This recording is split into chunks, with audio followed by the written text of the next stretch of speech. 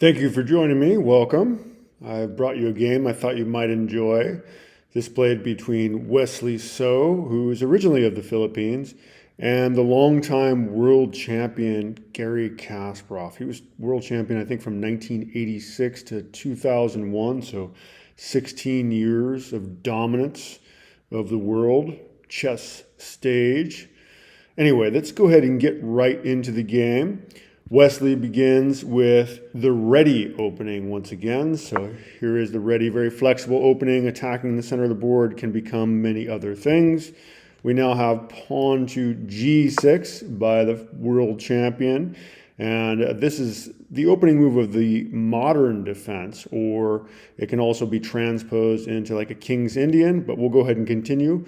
We have pawn to e4 here by Wesley So. And now bishop to g7 essentially becomes the modern defense. We now have pawn to d4. Definitely a very strong move in the position, one of the strongest book moves you can make here, just really cracking down on the center of the board. And now pawn to d6 has been played by pretty much all masters, or well, the vast majority of masters play pawn to d6 in this position. You can't let yourself just be completely pushed around in the center of the board, of course. And now we have pawn to c4, which is not the most common move in the position, although a very strong aggressive move. I think it was the 5th most popular move in the position. So 4 other moves were chosen over this one, such as instead moving the bishop to c4, moving the knight in front of the pawn, which I don't really favor that one. And anyway, let's go ahead and continue with what actually happened on the board. We have bishop now to g4. This now becomes the Rossalimo variation, which I find a little bit confusing, because if you're a fan of the Sicilian, like I think probably Lou Malyi fans would be, and I certainly am, you might have come across the Rossalimo variation in the Sicilian. Let's go ahead and take a look at that. So here is what you would run into. So if you're playing black, if they play bishop to b5, attacking your open Sicilian knight there, your classical Sicilian knight, this is called the Rossalimo variation as well. It's the Nimzo Rossalimo attack, though.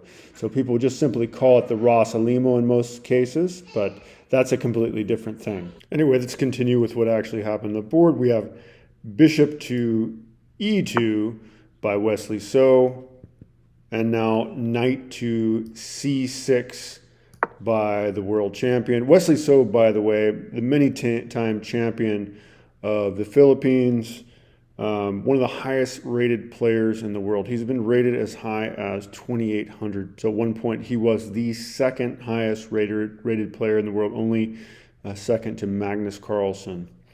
Anyway, let's go ahead and continue. We now have knight to d2. That's knight bd2, as of course the other knight would go over there, but that would be knight fb2, d2, excuse me. And this is the best move in the position by Wesley So. And now we have pawn to e5 by Kasparov. Wesley So plays the strongest move in the position. He plays pawn to d5 here. And Kasparov repositions his knight to e7.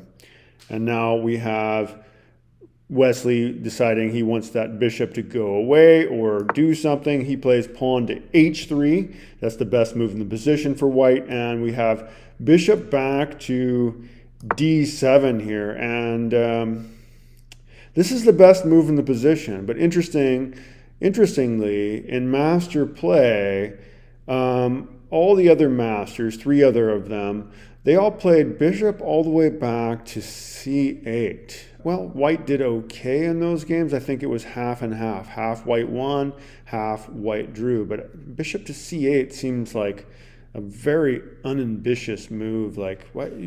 You're reducing the scope of your bishop. Your rook is going to have trouble in the game. I don't understand why these high-rated masters actually played such a move as bishop all the way back to c8. Seems crazy to me. I like Garry Kasparov's move here.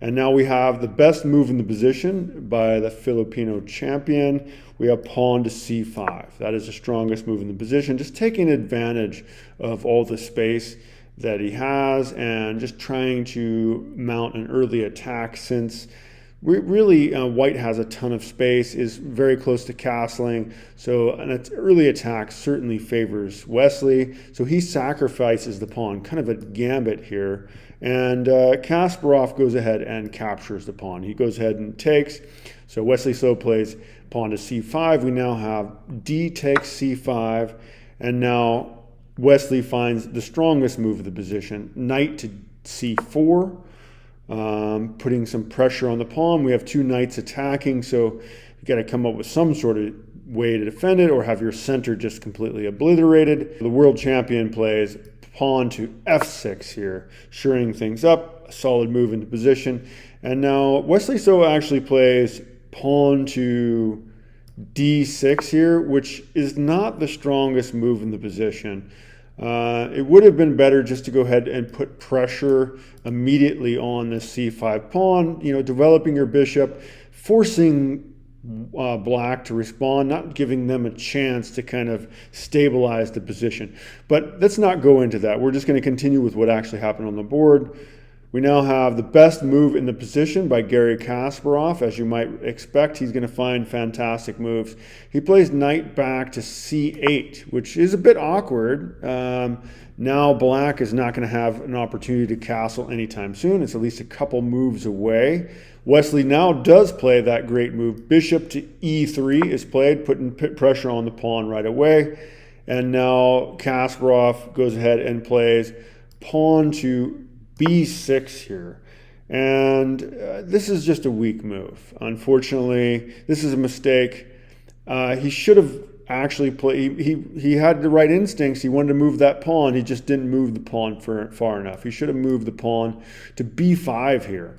And we'll go ahead and take a look at what would have happened had he played the correct move here. So instead, he should have been a little more ambitious. He should have played pawn to b5 here, attacking the knight. The pawn would be hanging if the knight moves, so go ahead and capture and put pressure on the queen. You should always consider capturing moves, well, checking moves first, and then captures before you come up with a move you'd like to make, and this is the best move that can be played.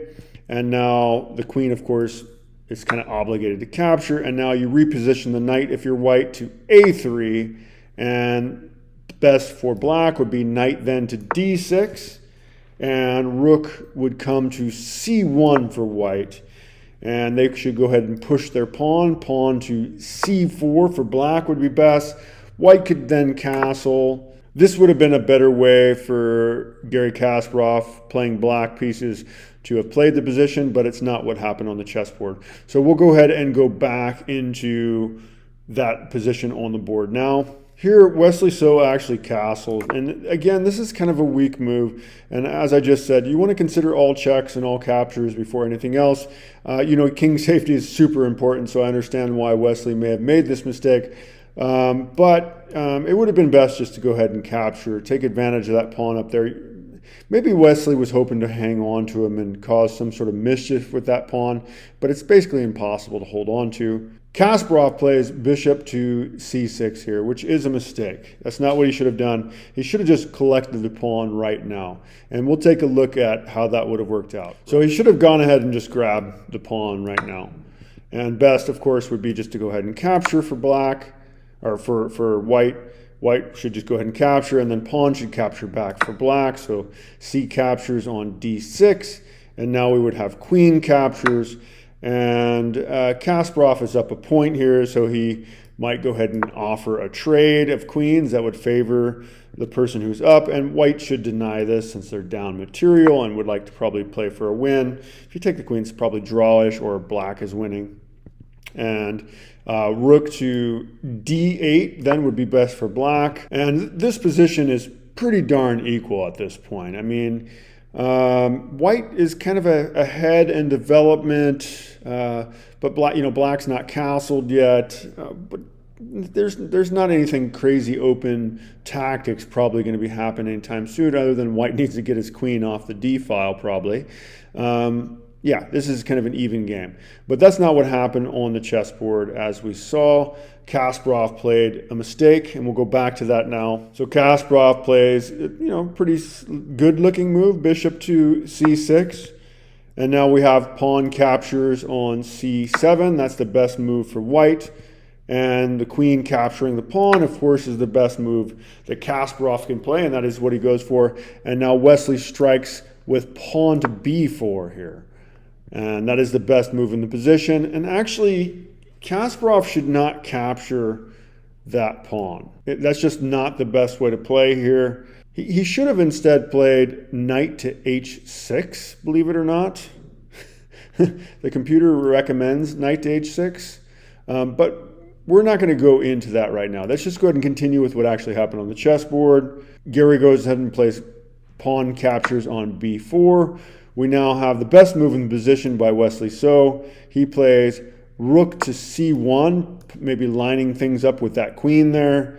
We now have knight g to e7 by the Super Grandmaster, Garry Kasparov. Of course, both these gentlemen are Super Grandmasters, rated 2,700 plus. Both these gentlemen have been rated higher than 2,800. So these are the elite chess players.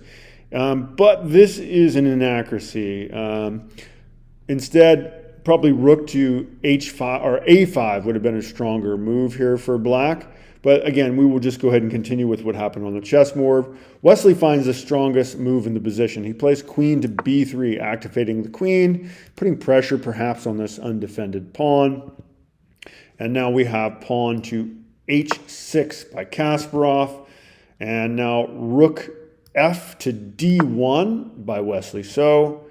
And Kasparov now goes for kicking the knight with pawn to b4. And which is a good move. He could have also maybe moved the rook to b8, maybe a slightly stronger move, but we'll continue. Now, I wonder if you might guess Wesley So's next move. It is brilliant. It is totally winning. Black is in trouble here. It is a big mess for black. Can you find the strongest move for Wesley So? So the move that he played, brilliant, devastating. Pause your video if you want to find it, but hopefully you've done that if that's your plan to find that move. Wesley plays knight captures on e5. Knight captures on e5. And of course, now Garry plays pawn captures on e5. Best move he could muster. And now we have bishop captures b5. Taking advantage of the pin to the queen here, so the bishop can't really be captured. Garry Kasparov goes ahead and plays rook to b8 here, putting pressure on that bishop, but Wesley just goes ahead and calmly moves his bishop back to a4, and there's all kinds of pressure on black as he's not even castled, and white is just kind of sitting back, relaxing here. This is a nice position for white, and it is chaos for black. We now have queen to b7, trying to get it out of the pin. That's as strong as move as could possibly be made, really, for black at this point. And now Wesley goes ahead and grabs the bishop with rook captures on c6, strongest move in the position. Kasparov plays knight captures on c6 here, which seems to make sense. Stockfish actually says this is a mistake, as it does lead to checkmate in 14 moves. It would have been better for him to go ahead and capture with the queen, but of course, then you lose your queen. And, this is going to be a bloody mess. And, essentially you're down a full queen because, all the other pieces are equal. You're just down the queen, which you're playing against a super grandmaster, one of the top players in the world. He's been in the top 10 a lot, has Wesley So. So that's going to be very difficult to deal with. So instead, Garry Kasparov, as I said, he plays knight captures c6. We have queen now to e6 check, the absolute best move in the position. Best move black can play is knight knight 8 to e7. Best possible move. But then bishop to c5 by Wesley. We have rook to c8 by Garry Kasparov. And now bishop captures on e7. It is in this position on move 25 that Super Grandmaster, world champion for a decade and a half plus, 16 years, resigns to Wesley So. So he gave up this game. This was actually a rapid game. So they were playing with just 5 minutes on their clock with 3-second intervals in between. So both players had to play super fast, and they still played at extremely high accuracy. Wesley So played at 93.5% accuracy. Unfortunately, Garry Kasparov only played about 72% accuracy. But that's the end of the game. It's actually mate and 4 from here. There's no way to stop checkmate. Best move is just simply queen captures f7, or queen captures bishop, but that's still a mate and 4. Maybe you don't want to lose your queen, so maybe instead, as black, you play just bishop f6. Just try to defend the situation, but then just bishop takes c6. Best for black is to go ahead and play queen takes e6. Then you would have bishop to d6, unleashing check, so the discovered attack on the king. And you could block with the bishop, in which case just queen takes e7 is going to be checkmate, of course. Or black could play king to d8, queen takes f6. After queen takes f6, it's a mate and 1 either way. If you have king going to e8, of course, then just queen here is a queen and helper mate. Or if instead king goes to d7, then this is what we would call a tailmate here. He's got this unfortunate tail here that's kind of smothering himself. So yeah, this is called a tailmate. In this case, this would be a swallow tailmate because the tail is on the same color. We call that swallow. There's another variation, the dovetail mate, where it's a different color. We'll take a look real quick at that. So again, here we see the swallowtail mate as the tail that checkmates, or that causes the checkmate, is on the same color. But you could instead have a situation where it is a dove's tail mate, and the tail, the unfortunate tail, is on a different color. So different for dove and same for swallow. I think it's important to remember these checkmate patterns, as they'll be more easy to spot on the board if you do keep that in your mind. This world champion and one of the most renowned chess players in history did resign the game to Wesley So. Fantastic game. Thank you for joining me for that. I hope you enjoyed it. Please like and subscribe, as I will be doing a game review every day. I cover a lot of kind of more obscure games that others perhaps are not covering, but please let me know if there's a master that you would like me to cover, or if they are, maybe a rising star, a young kid who is about to become a master. That's interesting as well. Anyway, thank you for joining me. Please like and subscribe. I do chess classes, group classes, and one-on-one. So you can check that out on Patreon, check that out in the links, and maybe we can meet up online and talk some chess together. Anyway, thank you. Take care. Bye-bye.